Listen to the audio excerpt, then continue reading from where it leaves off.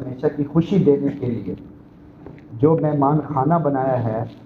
اس کا نام ہے جنت۔ اللہ نے جنت کو بنایا اسی مقصد کے لیے کہ میں اپنے بندوں کو جو دنیا میں تکلیفیں برداشت کریں گے، صبر کریں گے، گناہوں سے بچیں گے، مجھے راضی رکھیں گے، ان کے لیے میں نے جنت کو تیار کیا ہے۔ تو جنت انشاءاللہ ہر مسلمان کے لیے ہے۔ تھوڑا گناہ گار ہے، زیادہ گناہ گار ہے، تھوڑا عمل کرتا ہے، زیادہ عمل کرتا ہے، لیکن اللہ تعالیٰ کے فضل سے انشاءاللہ جنت ہر مسلمان کے لیے، اور ہر مسلمان کو انشاءاللہ جنت اللہ تعالیٰ ضرور عطا فرمائیں گے۔ بس شرط یہ ہے کہ ایمان کی حفاظت کرنا بھی بڑا ضروری ہے، کیونکہ شیطان ہمارے پیچھے ہے،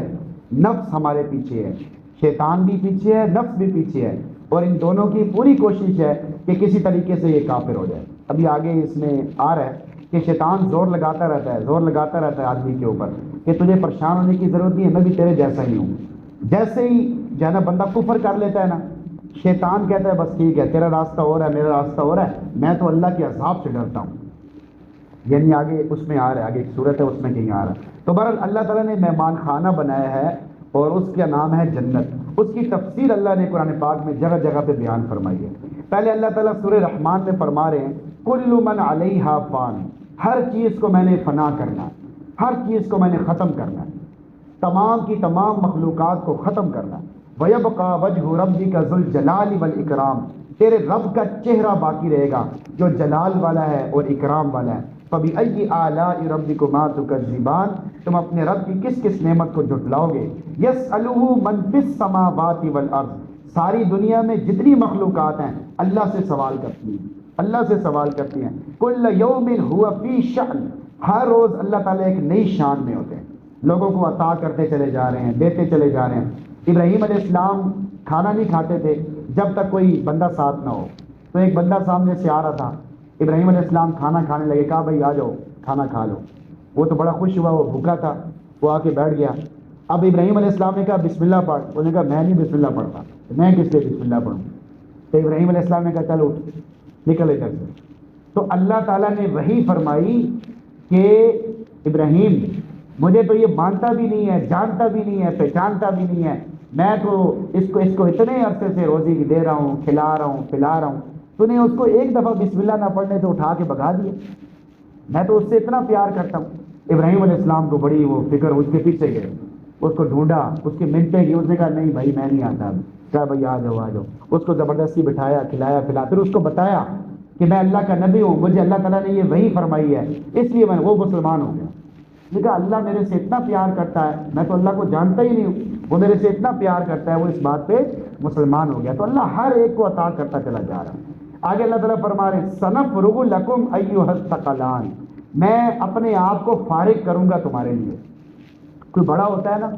تو اس کے پاس وقت نہیں ہوتا چھوٹوں کو دیکھنے کے لیے، تو وہ چھوٹوں کو بار بار ڈراتا ہے میں ٹائم نکالتا ہوں تمہارے لیے، ٹائم نکالتا ہوں۔ جہاں اللہ نے یہ انداز اختیار کیا، سنفرغ فراغت سے ہے، میں عنقریب وقت نکالوں گا تمہارے لیے، اے انسانوں اور جنوں، یعنی تمہارا حساب لوں گا، تمہاری زندگی کو دیکھوں گا، پھر جنت جہنم کے فیصلے کروں گا۔ آگے اللہ تعالیٰ نے ایک چیلنج فرمایا ہے، یا معاشر الجن والانس، اے انسانوں اور جنوں کی جماعت، اگر تم طاقت رکھتے ہو ان تنفذوا من اقطار السماوات والارض، آسمان و زمین کی حدود سے باہر جانے کی، تو فنفذوا، تو جا کے دکھاؤ، یعنی تم یہ کر کے دکھاؤ مجھے۔ لا تنفذون الا بسلطان، تم ایسا نہیں کر سکتے کیونکہ تمہارے پاس زور ہی نہیں ہے۔ فبأي آلاء ربكما تكذبان، تم اپنے رب کی کس کس نعمت کو جھٹلاؤ گے۔ يرسل عليكما شواظ من نار، میں اگر آسمان سے تمہارے اوپر آگ کا ٹکڑا گرا دوں تو کیا کر لو گے۔ ونحاس فلا تنتصران، اگر کوئی دھواں تمہارے اوپر پھینک دو تو میرے سے بدلہ لے لو گے، نہیں۔ فبأي آلاء ربكما تكذبان، تم اپنے رب کی کس کس نعمت کو جھٹلاؤ گے۔ فيومئذ لا يسأل عن ذنبه انس ولا جان، کسی آدمی سے بھی اس کے گناہوں کے بارے میں نہیں پوچھا جائے گا، بتایا جائے گا۔ آپ سے یہ نہیں پوچھا جائے گا آپ نے کیا کیا کیا، آپ کو بتایا جائے گا آپ نے یہ کارنامے کیے ہیں، پوچھا نہیں جائے گا آپ سے، اللہ خود آپ کو بتائے گا یہ آپ نے کیا، یہ آپ نے کیا، یہ آپ نے کیا، اللہ آپ کو بتائے گا، کیونکہ اللہ کا علم بہت زیادہ ہے۔ اللہ کا یہ اللہ تعالیٰ فرما رہی ہے، بڑی زبردست صورت ہے، اس کو ترجمے کے ساتھ پڑھتے رہنا چاہیے، سنتے رہنا چاہیے۔ اس سے آدمی کی نا جیسے موٹر سائیکل کا آئل چینج ہوتا ہے، ٹیوننگ ہوتی ہے، ایسے آدمی کو بھی ٹیوننگ کی ضرورت ہوتی ہے۔ بار بار اس کے اوپر کچرا آ جاتا ہے، نحوست آ جاتی ہے، تو اس نحوست کو بار بار صاف کرنا ہوتا ہے، اور وہ نحوست صاف ہوتی ہے استغفار سے۔ انسان کو جو صاف کرنے کی روحانی طور پر صفائی کی چیزیں ہیں نا، وہ استغفار ہے، اللہ سے معافی ہے، قرآن پڑھنا ہے، اپنے دل کے اندر نور ڈالنا ہے۔ یعرف المجرمون بسیماہم فیؤخذ بالنواصی والاقدام، جو مجرم لوگ ہوں گے وہ اپنے چہروں سے پہچانے جائیں، اس دن چہرہ کالا ہو جائے۔ دنیا میں آدمی کا چہرہ کالا ہے، گورا ہے، سفید ہے، سرخ ہے، اس سے کوئی فرق نہیں پڑتا، لیکن آخرت میں حقیقی طور پہ چہرے کالے ہو جائیں گے اور سفید ہو جائیں گے۔ وہ بھی آگے کہیں 29 پارے میں آگے ذکر آ رہے ہیں کہ اللہ تعالیٰ چہروں کو پوچھو، چہروں سے ہی پتہ چل جائے گا کہ بھائی یہ تباہی ہوگی۔ اللہ تعالیٰ حفاظت فرمائے۔ آگے اللہ تعالیٰ جنت کو بیان کریں، آخری جو رکوع ہے یہ سارا جنت کے اوپر ہے۔ وَلِمَنْ خَافَ مَقَامَ رَبِّهِ جَنَّتَانِ، جو اپنے رب کے سامنے کھڑے ہونے سے ڈرے گا اس کو میں 2 بڑی بڑی جنتیں عطا فرماؤں، ہری ہری بھری بھری، ذواتا افنان، ہری ہری بھری بھری، ہری ہری ہوگی، ہریالی ہریالی ہوگی، اور اس میں خوشی خوشی ہوگی، نہ کوئی ٹینشن ہوگی، نہ کوئی پریشانی ہوگی۔ اللہ تعالیٰ بیان کرتے جا رہے ہیں فیما عینان تجریان، بڑے بڑے اس میں چشمے ہوں گے، فیما من کل فاکہۃ زوجان، اس میں ہر طرح کے پھل ہوں گے، پاکیزہ پھل ہوں گے۔ آدمی درخت کے اوپر سے اتارے گا تو پھر دوبارہ ادھر پھل اگائے گا، پرندہ پھرے گا، پرندہ ایسے اوپر اڑ رہا ہوگا، پرندہ کہے گا یار میرا گوشت کھائیں نا، آپ کیوں نہیں میرا گوشت کھا رہے؟ کہ جی اچھا چلو ٹھیک ہے جی، آ جائے گی، کئی قسم کا پکا ہوا سامنے آ جائے گا، وہی پرندہ کئی قسم کا پکا ہوا سامنے آ جائے گا، کچھ بھی کرنے کی ضرورت نہیں پڑے گی۔ اور پھر جب یہ ہڈیاں پھینکے گا پھر دوبارہ پرندہ کھڑا ہو کے پوچھے گا میرا گوشت کیسا تھا، بھائی میرا گوشت کیسا تھا۔ جنت کو انسان دنیا میں سمجھ نہیں سکتا، دنیا کی کوئی حقیقت ہی نہیں ہے جنت کے آگے۔ متکئین علی فرش بطائنها من استبرق، یہ بڑے بڑے تکیوں پر اور بڑے بڑے گدوں پر بیٹھے ہوئے ہوں گے جن کے نیچے والا حصہ استبرق کا ہوگا، انتہائی قیمتی۔ یہ دیکھیں نا، یہ دری ہے نا، دری، یہ دیکھو یہ اوپر سے کتنا صاف ہے لیکن نیچے سے گندا ہوگا، اسی طرح دری ہے اوپر سے صاف ہے لیکن نیچے سے گندی ہوگی۔ اللہ تعالیٰ کہہ رہے ہیں وہ نیچے سے اتنی صاف ہے کہ استبرق کی ہے، اس کی اتنی بڑی شان ہے، وَجَنَى الْجَنَّتَيْنِ دان، اور اس کی اتنی بہترین شان ہے تو اس کو انسان دنیا میں سمجھ نہیں سکتا کہ آدمی دنیا میں ظاہری طور پہ کوئی بھی چیز کرتا ہے نا تو اوپر والا حصہ تو بڑا صاف ہوتا ہے لیکن نیچے والا حصہ خراب ہوتا ہے۔ تو اللہ تعالیٰ کہہ رہے ہیں کہ وہ ایسے گدے ہیں اور ایسے میں نے تکیے انتظام کیے ہیں کہ ان کے جو نیچے والا حصہ نا بطائنها، یہ وقت نکال کر نا اس کو پڑھیں، اس میں تو اتنا وقت نہیں ہوتا، تھوڑا بہت آپ کو چکانا ہوتا ہے، لیکن یہ ہے کہ یہ آپ اپنے طور پہ پڑھیں تو آپ حیران رہ جائیں گے کہ اللہ تعالیٰ نے کیسی کیسی باتیں بیان فرمائی ہیں۔ فیہن قاصرات الطرف، اس میں نظریں جھکانے والی عورتیں ہیں جو آپ کے سوا کسی کو نہیں دیکھیں۔ اللہ تعالیٰ ایسی بیوی عطا فرمائیں گے جو آپ کے سوا کسی کو نہیں دیکھیں گے، کسی کو دیکھنا ہی نہیں چاہیں گے۔ فیہن قاصرات الطرف لم یطمثہن انس قبلہم ولا جان، ان کو پہلے کسی انسان نے اور نہ کسی جن نے ہاتھ لگایا ہے۔ فبأی آلاء ربکما تکذبان کأنہن الیاقوت والمرجان، وہ جیسے یاقوت اور مرجان ہیں، یعنی وہ اتنی خوبصورت ہیں کہ اللہ کہہ رہے، اللہ خود فرما رہے ہیں کہ وہ ایسے جیسے یاقوت اور مرجان، قیمتی ہیرے ہیں، یعنی اللہ تعالیٰ نے ان کو ایسی خوبصورتی۔ سوچو 2 حدیثیں ہیں، ایک حدیث میں آتا ہے کہ جنت میں ایک نور کا چشمہ ہے، جب اللہ تعالیٰ ارادہ فرماتے ہیں تو اس نور کے چشمے سے ایک حور پیدا ہو جاتی ہے، جب ارادہ فرماتے ہیں۔ یہ ایک روایت ہے۔ دوسری روایت میں جنت کے دائیں طرف بڑے بڑے پردے ہیں، بڑے بڑے پردے لگے ہوئے ہیں، اللہ تعالیٰ اپنی تجلی ڈالتے ہیں، اپنی جس طرح اللہ کی شان ہے، اللہ تعالیٰ اس کی طرف دیکھتے ہیں تو اس پردے کے پیچھے سے حور پیدا ہو کے آ جاتی ہے۔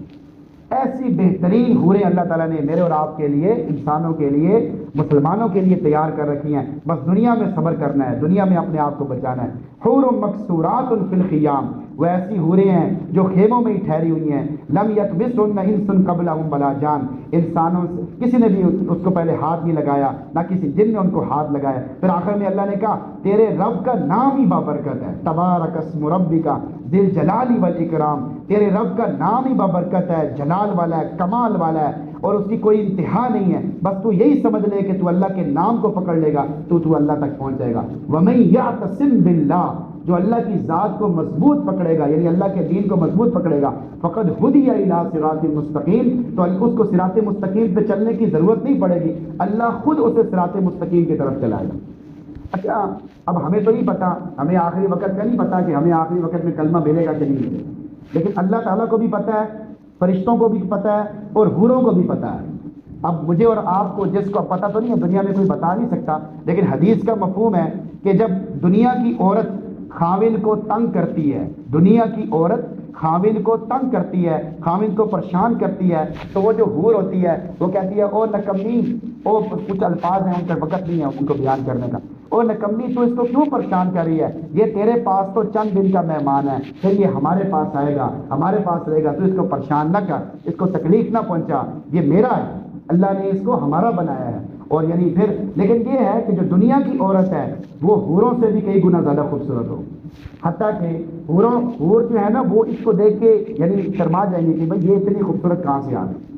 لیکن اللہ تعالیٰ کا ایسا نظام ہوگا کہ اللہ تعالیٰ سب کو یعنی وقت دیں گے، اور سب کو یعنی ایک آدمی کے پاس 70 ایک عام جنتی کی 72 بیویاں ہوں گی، ایک عام سے عام جنتی کی 72 بیویاں ہوں گی، اس دنیا سے 10 گنا بڑی جنت ہوگی، لیکن دنیا میں آدمی نے گزارا کرنا ہے، دنیا میں آدمی نے اپنے وقت کو گزارنا ہے۔ وحور عین، حور عینہ کامثال اللؤلؤ المکنون، چھپے ہوئے موتیوں کی طرح ہے، جزاء بما كانوا يعملون، یہ بدلہ ہے تمہارے نیک کاموں کا، یہ تمہارے نیک کاموں کا بدلہ ہے۔ آگے اللہ تعالیٰ اور بھی کافی تفصیل بیان فرما رہے ہیں، وَأَصْحَابُ الْيَمِينِ مَا أَصْحَابُ الْيَمِينِ، داہنے ہاتھ والے نیک کام کرنے والے کیا ہی زبردست ہے نیک کام کرنے والے، فی صدر مخضود، یہ جنت کی نعمتیں بیان ہو رہی ہیں، وطلح منضود وظل ممدود وماء مسکوب وفاکہۃ کثیرہ لا مقطوعۃ ولا ممنوعہ، یعنی بیری کے پتوں میں، تہ بتہ کیلوں میں، بڑے بڑے سایوں میں، بہترین قسم کا پانی، بہترین قسم کا دودھ، بڑے بڑے پھل، نہ کوئی منع کرنے والا نہ کوئی ٹوکنے والا، بڑے بڑے گدے، بڑے بڑے فرش، انا انشأناہن انشاء، ہم دنیا کی عورتوں کو ایک نئی ترتیب دیں گے، دنیا کی عورتوں کو ایک نئی ترتیب دیں گے، میک اپ کریں گے، بالکل آسان لفظوں میں ہم ان کا ایک ایسا نیا میک اپ کریں گے، فجعلناہن ابکارا، اور ان کو باکرا بنا دیں گے، ان کو باکرا بنا دیں گے، عربا اترابا لاصحاب الیمین، ہم عمر لڑکیاں، ہم عمر مردوں کے لیے، آدمی کی عمر روح المعانی میں ہے، آدمی کی عمر کتنی ہوگی، یعنی وہ 33 سال ہوگی، 33 یا 30 سال ہوگی، اور جنت کی لڑکیوں کی عمر وہ 16 سال ہوگی، یعنی اللہ تعالیٰ نے وہاں انسان کی عیاشی کے لیے، دنیا عبادت کی جگہ ہے، قبر آرام کی جگہ ہے، جنت عیاشی کی جگہ ہے، یہ بات یاد رکھیں، دنیا عبادت کی جگہ ہے، قبر آرام کی جگہ ہے، اور جنت عیاشی کی جگہ ہے۔ اللہ تعالیٰ وہاں پہ عیاشی کریں گے کہ اب تو دنیا میں منع کیا تھا، اب تجھے اجازت دے رہا ہوں کہ اب تو جو چاہتا ہے وہ کر۔ ما اصحاب الشمال ما اصحاب الشمال، جہاں اللہ تعالیٰ نیک لوگوں کا ذکر کرتے ہیں ساتھ ہی برے لوگوں کا ذکر کرتے ہیں، کہ کتنے برے ہیں یہ نافرمانیاں کرنے والے، مجھے ناراض کرنے والے، فی سموم و حمیم، بڑی بڑی تکلیفوں میں ہوں گے، انہم کانوا قبل ذالک مترفین، دنیا میں یہ بڑے مزے کرتے تھے اور ان کی بہت بڑی غلطی تھی، وکانوا یصرون علی الحنث العظیم، یہ بڑے بڑے گناہوں پر اصرار کرتے تھے، معافی نہیں مانگتے۔ اس لیے کئی دفعہ عام طور پہ علماء کرام فرماتے رہتے ہیں کہ بار بار اللہ سے معافی مانگتے رہو، مانگتے رہو، مانگتے رہو، بس کسی گناہ پہ اڑو نہیں، اپنے آپ کو غلط کر کے کبھی بھی صحیح نہ سمجھو۔ ایک آدمی کو پتہ ہوتا ہے میں غلط ہوں، اس لیے نبی علیہ السلام سے ایک آدمی نے پوچھا اے اللہ کے نبی گناہ کیا ہے؟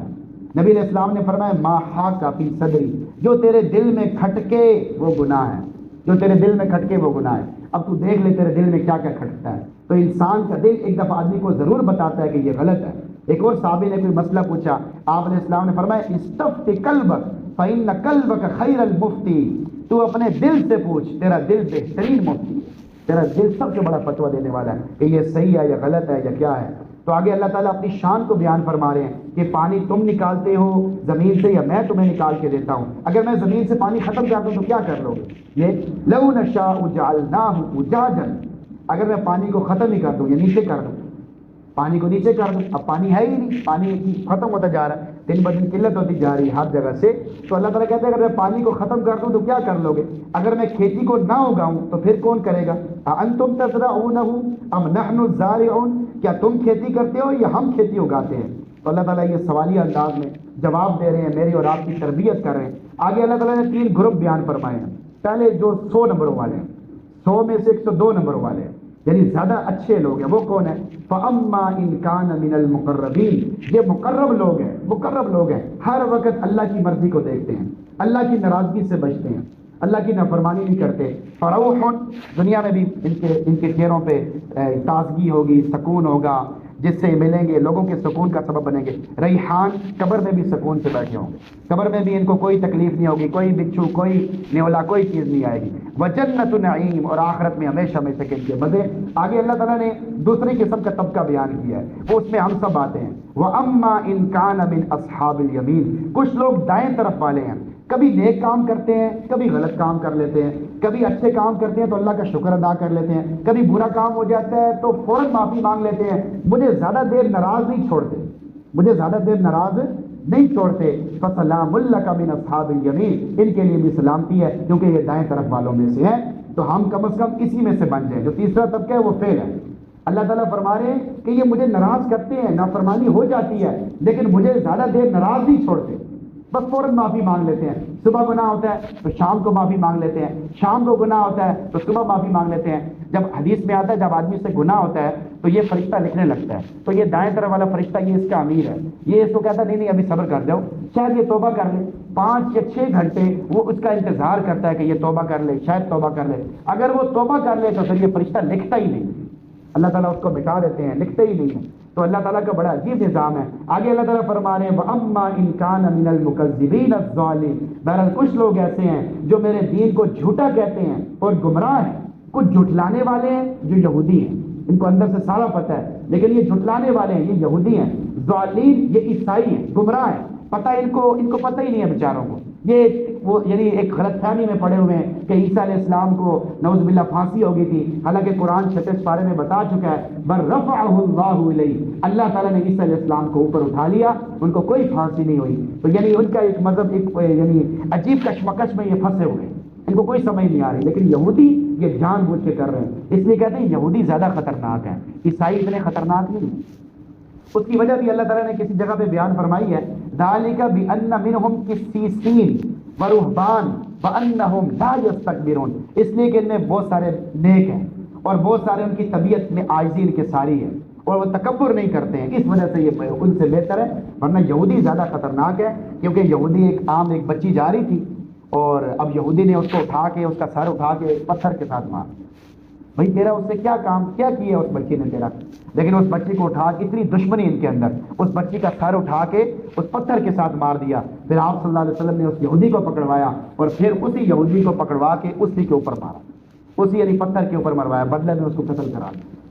تو اس لیے یہودی جو ہے نا ان کے دلوں میں بہت نفرت ہے اور یہ کبھی بھی دوست نہیں ہو سکتے۔ تو اللہ تعالیٰ فرمانے ہیں کہ یہ جھٹلانے والے ہیں، گمراہ ہیں۔ فنزل من حمیم، ان کی مہمانی میں گرم پانی سے کروں گا، کھولتا ہوا پانی ان کو پلاؤں گا۔ جب آدمی کسی کے پاس مہمان جاتا ہے تو سب سے پہلے اس کو پانی پلاتے ہیں، تو ہم جب آخرت میں جائیں گے اللہ تعالیٰ ہم سب کو بہترین مہمانی جنت میں لے گا،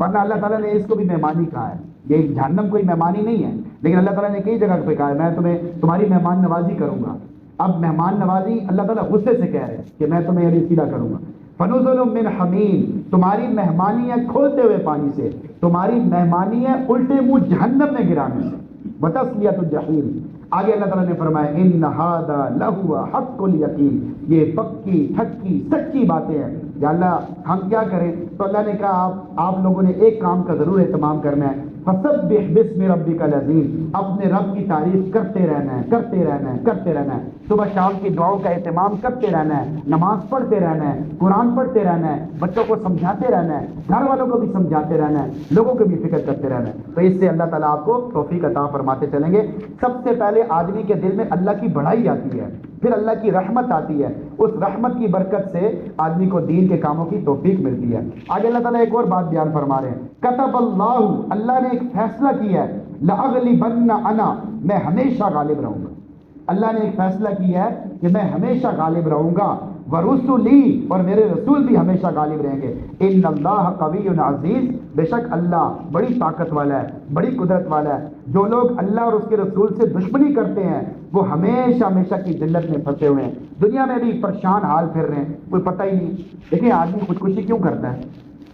آگے اس کے بارے میں آگے آ رہا ہے، جب آدمی اپنے آپ کو بھی بھول جاتا ہے۔ وَلَا تَكُونُوا كَالَّذِينَ نَسُوا اللَّهَ، انہوں نے اللہ کو بھلایا اور اتنا بھلایا کہ یہ پریشان ہو گئے کہ یار ابھی ہم نے کرنا کیا ہے، الٹے کام کر کر کے بھی تھک گئے کہ اب آگے کرنا کیا ہے، سمجھ نہیں آ رہی۔ یعنی پھر آدمی اپنے آپ کو بھول جاتا ہے، پھر آدمی کہتا ہے میری زندگی کا کوئی مقصد ہی نہیں، آدمی کچھ چلاک لگا لے۔ یہ جاپان میں، بڑے بڑے ملکوں میں، ترقی یافتہ ملکوں میں ہر چیز ہے، آپ کے پاس پیسہ ہے، سب کچھ ہے، کیوں خودکشی کر رہے ہیں آپ؟ اس لیے کہ آپ کے دل میں سکون نہیں ہے، کیونکہ سکون قرآن کو یاد کرنے میں ہے، قرآن کو سننے میں ہے، قرآن کو پڑھنے میں ہے، کلمہ پڑھنے میں ہے، کلمہ پڑھانے میں ہے، دین میں سکون ہے، دین پر چلنے میں سکون ہے۔ یہ ہمیں سمجھ آ جائے تو تب ہم آگے لوگوں کو سمجھا سکیں گے۔ جب مسلمان خود اس سے بے یقینی کا شکار ہے، اس میں شک کا شکار ہے، تو کسی اور کے لیے سکون کا کیسے سبب بنے گا؟ ہمارے استاد جی ایک بات فرمایا کرتے تھے، جب ایک بات تمہیں خود سمجھ نہیں آئی تو کسی اور کو کیسے سمجھاؤ گے؟ خود بھی سمجھ نہیں آئی تو پھر کسی اور کو کیسے سمجھاؤ گے؟ تو دین کی باتیں صحیح معنوں میں جب مسلمانوں کو سمجھ آئیں گی، پھر مسلمان کسی سے مرعوب نہیں ہوں گے، کسی سے بھی مرعوب نہیں ہوں گے، اور پھر وہ کہیں گے، اپنی دعوت دیں گے، بھائی اللہ نے ہمیں ایمان دیا ہے، قرآن دیا ہے، ہمیں اس پہ فخر ہے اور ہم اسی کے لیے سب کچھ لوٹا دیں گے۔ لیکن آدمی کا خطرہ ہے کہ دنیا کی چیزوں کی وجہ سے جب ایمان کمزور ہو جاتا ہے تو آدمی خطرے میں پڑ جاتا ہے کہ اس کا ایمان ہی نہ چلا، ایمان ہی نہ ختم ہو جائے۔ آج مسئلہ نماز کا نہیں ہے، ایک اور بات بھی سن لیں، ہمارے استاد جی فرماتے ہیں آج مسئلہ نماز کا نہیں ہے، مسئلہ دین کے کاموں کا نہیں ہے، مسئلہ ایمان کا ہے۔ ایمان ختم ہے لوگوں کا ایمان ختم ہو رہا ہے۔ نماز پڑھنا اچھی بات ہے، قرآن پڑھنا اچھی بات ہے، دین کے کام کرنا اچھی بات ہے، یہ سارے کام تو وہ بندہ کرے گا جو اللہ کو مانتا ہے۔ اب تو یہ محنت ہو رہی ہے کہ ان کو کسی طریقے دین سے دور کیا جائے، دین کے بارے میں شکوک و شبہات پیدا کیے جائیں، جنت کے بارے میں شکوک و شبہات پیدا کیے جائیں، قبر کے بارے میں شکوک و شبہات پیدا کیے جائیں۔ اب تو بڑا مسئلہ بن گیا، اب لوگوں کے ایمان کی فکر کرنے کی ضرورت ہے۔ کالجوں یونیورسٹیوں میں عام طور پہ اس کی محنت ہو رہی ہے کہ لوگوں کو کسی اور طرح کا وہ بنائی جا رہے ہیں۔ بچے ہم سے سوال پوچھتے رہتے ہیں کہ مولوی صاحب یہ کیا ہے، یہ کیا ہے، اس کا کیا جواب ہے، اس کا کیا جواب ہے؟ تو یعنی ان کو سمجھانا پڑتا ہے۔ ایک بچے نے پوچھا کہ جی میں تو بڑا پریشان ہوں، مجھے تو سمجھ نہیں آ رہی ہے ایسا کیوں ہو رہا ہے، میں جب نماز بھی پڑھتا ہوں، دین کے کام بھی کرتا ہوں، تو میرے ساتھ ایسا کیوں ہوتا ہے؟ میں نے کہا اللہ کے نبی صلی اللہ علیہ وسلم، میں آپ کو ایک حدیث سناتا ہوں، میں نے اس کو کہا اللہ کے نبی صلی اللہ علیہ وسلم کسی بات کی وجہ سے بیویوں سے ناراض ہو کر بیٹھے تھے۔ حضرت عمر فاروق رضی اللہ تعالیٰ عنہ آئے اور پھر آپ کے جسم پر کچھ نشانات پڑے ہوئے تھے، تو انہوں نے ان نشانات کو دیکھا تو حضرت عمر نے، کافی لمبا قصہ ہے، میں آپ کو بیچ میں سے کچھ بتا رہا ہوں، تو انہوں نے فرمایا، عرض کیا اللہ کے نبی یہ کیسر و کسرا اللہ کے نافرمان ہو کر اتنے مزے کر رہے ہیں اور آپ اللہ کے نبی ہو کر یہ کیا ہے، آپ کے جسم پہ اتنے نشان پڑے ہوئے ہیں، پھٹی ہوئی چٹائی ہے، یہ کیا ہے؟ تو اللہ کے نبی صلی اللہ علیہ وسلم ناراض ہو کر بیٹھے تھے، خاموش ہو کے بیٹھے تھے، لیکن ایسے ٹیک ہٹا لی اور بڑے جوش سے فرمایا، عمر کیا ابھی تک اس بات میں دھوکے میں پڑے ہوئے ہو؟ ان کے لیے دنیا میں اور ہمارے لیے آخرت میں، ہمارے لیے آخرت میں ہے، دنیا میں تو ساری خوشیاں نہیں ملیں گی۔ تب اس کو یہ کہتے ہیں اچھا یہ میں نے حدیث پہلے کبھی نہیں سنی، تو حدیثیں سنیں گے، دین کی باتیں سنیں گے، قرآن پڑھیں گے، سنیں گے، سمجھیں گے، تو پھر آدمی کسی بھی فتنے کا شکار نہیں ہوگا، ہر فتنے سے اللہ تعالیٰ محفوظ فرما لیں گے۔ تو یہ اللہ تعالیٰ فرما رہے ہیں کہ یہ مجھے ایسا بھول گئے ہیں، اللہ کو بھول گئے ہیں، فَأَنْسَاهُمْ أَنفُسَهُمْ، اللہ تعالیٰ نے ان کو اپنا آپ ہی بھلا دیا، خودکشی کرنے پہ مجبور کر دیا، زندگی کا مقصد ہی نہیں سمجھ آ رہا، یہ اس کا مطلب ہے۔ اولئک هم الفاسقون، وجہ ان کی یہ ہے کہ یہ پکے فاسق ہے، پکے نافرمان ہیں۔ لا یستوی اصحاب النار و اصحاب الجنہ، کبھی بھی جنت والے کبھی بھی جہنم والے ایک جیسے نہیں ہو سکتے، ایک جیسے برابر نہیں ہو سکتے۔ آگے اللہ تعالیٰ سورہ ممتحنہ کی پہلی آیت ہے، اے ایمان والو میرے دشمنوں کو، اپنے دشمنوں کو کبھی بھی دوست نہ بناؤ، میرے دشمنوں کو اور اپنے دشمنوں کو کبھی بھی دوست نہ بناؤ، یہ تمہارے اوپر موقع کی تلاش میں ہے۔ تلقون الیہم بالمودہ، تمہارے سامنے بڑی محبت کا دعویٰ کرتے ہیں، حالانکہ یہ تمہارے رسول کو جھٹلا چکے ہیں، تمہارے دین کو جھٹلا چکے ہیں، بس ان کو موقع ملنے کی دیر ہے، تمہیں کچا کھا جائیں، تمہیں کیا کریں گے؟ تمہیں چبا کر کھا جائیں گے۔ حدیث میں آتا ہے سب سے بڑا دھوکہ کیا ہوتا ہے کہ آدمی، میں کسی کو بلاؤں کہ یار میرے گھر میں آئیں کھانا کھائیں، دسترخوان بچھایا، دسترخوان پہ چیزیں لگائیں، آئیں جی کھائیں کھانا کھائیں، اس کو میں لے کر آیا اور پھر میں نے اس کو کوئی نقصان پہنچا دیا۔ حدیث میں آتا ہے، یہ صحیح حدیث ہے کہ اللہ کے نبی نے فرمایا ایک وقت ایسا آنے والا ہے کہ کافر مسلمانوں کو ایسے جمع کریں گے قتل کرنے کے لیے جیسے تم لوگوں کو دسترخوان پر کھانا کھلانے کے لیے جمع کرتے ہو، ایسے تمہیں جمع کریں گے، تو تم اس وقت میں ہوشیار رہنا اور کافروں کے دھوکے میں نہ آنا۔ تو اللہ تعالیٰ نے اس میں بہت ساری باتیں بیان فرمائی ہیں، ہمیں سمجھائی ہیں، ہم اس بات کو سمجھیں اور اپنے دل میں ان باتوں کو اتاریں۔ اے ایمان والو، یا ایھا الذین آمنوا ان من ازواجکم واولادکم عدوا لکم، اے ایمان والو تمہاری بیویاں، تمہارے اولاد تمہارے دشمن ہیں، اگر تمہارے دین کے کاموں میں رکاوٹ بنے، نماز میں رکاوٹ بنے، دین کے فاحذروہم، تو ان سے ان باتوں میں ان کی باتیں نہ مانو، وَإِن تَعْفُوا، اور اگر ان کو معاف کرو گے، وَتَصْفَحُوا وَتَغْفِرُوا، درگزر کے ساتھ چلو گے، فَإِنَّ اللَّهَ غَفُورٌ رَحِيمٌ۔ اچھا دل میں ایک بات پیدا ہوتی ہے کہ بھائی جب یہ ہمارے دشمن ہیں تو یا اللہ میں شادی نہیں کرتا، میں ان ساری چیزوں کو چھوڑ ہی نہ دوں، یہ زیادہ بہتر نہیں ہے؟ ایک دل میں خیال آیا، اللہ نے کہا نہیں، انما اموالکم و اولادکم فتنہ، تمہارے مال تمہاری اولاد تمہارا فتنہ ہے، لیکن تمہارے لیے اجر بھی بہت ہے۔ اس لیے کہتے ہیں کہ ایک آدمی وہ یعنی ہمارے احناف کے نزدیک تو جائز ہی نہیں ہے بے شادی شدہ رہنا، اور امام شافعی رحمۃ اللہ علیہ فرماتے ہیں کہ بے شادی اگر کوئی آدمی دین کے کاموں کے لیے اپنے آپ کو وقف کرتا ہے، شادی بھی نہیں کرتا، تو یہ اس کے لیے ٹھیک ہے۔ لیکن امام وظیفہ رحمۃ اللہ علیہ فرماتے ہیں کہ جو آدمی شادی بھی کرے، تکلیفوں کو بھی برداشت کرے، بچوں کی باتوں کو بھی برداشت کرے، گھر والوں کا خرچہ بھی برداشت کرے، تو یہ اس آیت کے تحت عند اللہ اجر عظیم، کہ اللہ کے پاس اس کا بہترین اجر ہے، کہ ثواب بھی ملے گا تکلیفوں پہ۔ ایک بزرگ تھے، ان کی بیوی بڑی جو ہے وہ بس ناک میں دم کر کے رکھتی تھی، کبھی کیا کہتی تھی کبھی کیا کہتی تھی، ہر وقت تنگ کرتی رہتی تھی۔ تو اب وہ جو ہے وہ صبر کرتے رہتے تھے، وہ ان کو طلاق نہیں دیتے تھے، وہ کہتے میں اس کو طلاق نہیں دوں گا۔ کسی نے کہا جی آپ کو کیوں نہیں طلاق دیتے؟ کہا یہ اللہ کی بندی ہے، اگر اس کو میں چھوڑ دوں گا تو یہ پتہ نہیں کس کے پاس جائے گی، یا پتہ نہیں اس کا شادی بھی آگے ہوگی کہ نہیں، تو میں اس کے ساتھ حسن سلوک کر رہا ہوں کہ اسی کی برکت سے شاید اللہ مجھے معاف کر دے، کہ میرے بندے تو اس کو معاف کر دیتا ہے، میں تجھے بھی معاف کرتا ہوں۔ اس لیے اپنے گھروں میں دین کو لانے کی ضرورت ہے۔ آگے آخری جو صفحہ ہے اس میں بھی اللہ تعالیٰ نے عورتوں کے بارے میں بہت ساری باتیں بیان فرمائی ہیں، تو ہم ان باتوں کو سمجھیں، اپنی زندگی میں لائیں، قرآن پڑھنے سننے سمجھنے کا اہتمام کریں، تو ہماری زندگیوں میں تبدیلی آئے گی۔ اللہ تعالیٰ سے دعا، اللہ تعالیٰ ہم سب کو عمل